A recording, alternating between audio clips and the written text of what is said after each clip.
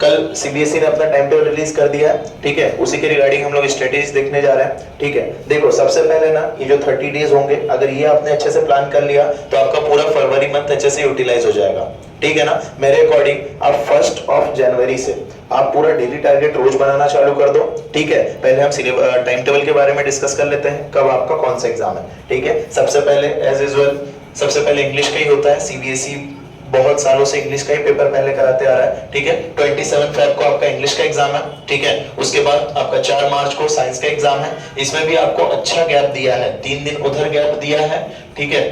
28 का 28 और 28 ना, एक दिन उधर है और 3 दिन है, 4 दिन का आपको गैप मिला है, ठीक है। 4 दिन का गैप आपको साइंस के एग्जाम में मिला है। उसके बाद 13 मार्च को आपका आईटी का पेपर है, यहाँ पे बहुत लंबा गैप मिला है। तो ये जो लंबा गैप है बेटा, उसको हम लोग एसएसटी के लिए हम बहुत अच्छे से यूटिलाइज कर सकते हैं, प्लस मैथ्स के लिए यूटिलाइज कर सकते हैं, ठीक है ना। ये जो गैप है ये 13 मार्च को आपका आईटी का एग्जाम है, 13 मार्च के आईटी के एग्जाम के बाद 15 मार्च को आपका एसएसटी का एग्जाम है, 15 मार्च को एसएसटी के एग्जाम के बाद आपका 17 मार्च को हिंदी का एग्जाम है। उसके बाद लास्ट एग्जाम है आपका 21 मार्च को मैथ्स का, ठीक है। ये रहा आपका टाइम टेबल, इसका लिंक आपको डिस्क्रिप्शन में मिल जाएगा, ठीक है। इसके बाद देखिए जो ऑफिशियली जो इन्होंने रिलीज किया है वो इस वे में किया है कि देखिए आपको जो मैथ्स के लिए है, मैथ्स सबसे लास्ट में है और इज एक्सपेक्टेड कि इस साल का मैथ्स थोड़ा सा टफ आएगा बेटा।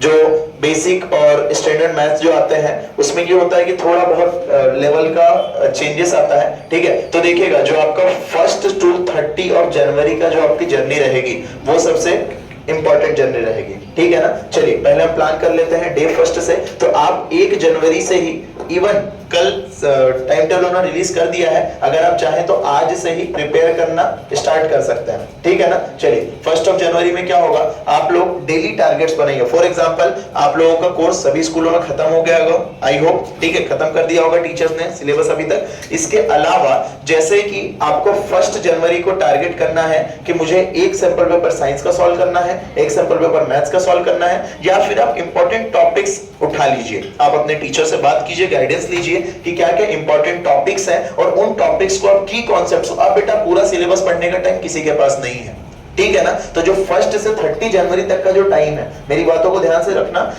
उस दिन आप लोग केवल 30 दिनों में आप पूरा सिलेबस एक बार आराम से अच्छे से कर सकते हैं, ठीक है ना। अच्छे से करने के साथ साथ आप इसमें जितने भी इंपॉर्टेंट क्वेश्चन है, जितने भी प्रीवियस ईयर के क्वेश्चन है उस पर्टिकुलर टॉपिक से, वो सारे आप लोग अच्छे से कर सकते हैं, ठीक है ना। समझ में आ गया सभी को, समझ में आ गया सभी को। तो ये जो 30 दिन में है, पहले हम लोग पूरे सिलेबस में जितने भी इंपॉर्टेंट क्वेश्चन है उसकी प्रैक्टिस करेंगे, इंपॉर्टेंट टॉपिक्स की प्रैक्टिस करेंगे। उसके बाद क्या होगा, फरवरी महीने में जाके हमारे पास फरवरी में भी 27 दिन, मतलब पूरा फेब भी हमारे पास, तो फेब में जाके हम लोग सैंपल पेपर को हाथ लगाएंगे, ठीक है ना। सैंपल पेपर आप लोग अभी भी सॉल्व करेंगे, लेकिन अभी जो टॉपिक्स आपके टीचर्स इंपॉर्टेंट बता रहे हैं, पहले तो आप उसका पैटर्न समझिए, क्वेश्चन पेपर का पैटर्न क्या होने वाला है आपके फाइनल एग्जाम्स के लिए। उसके अलावा जो भी पैटर्न आपके टीचर्स बताते हैं, जो भी इंपॉर्टेंट क्वेश्चन उनके एक्सपीरियंस से आपके टीचर्स बताते हैं, उनके एक्सपर्टीज से, उन सब चीजों को फॉलो कीजिए। और बेटा यूट्यूब और इन सब से कभी भी पढ़ाई नहीं होती है, ठीक है ना। वो आपका पूरे साल जो पढ़ते हैं आप लोग, उन सब के लिए YouTube बहुत ही अच्छा है। बाकी लेकिन एंड टाइम पे अगर वो वन शॉट वीडियोस देखते हो ना, यकीन मानो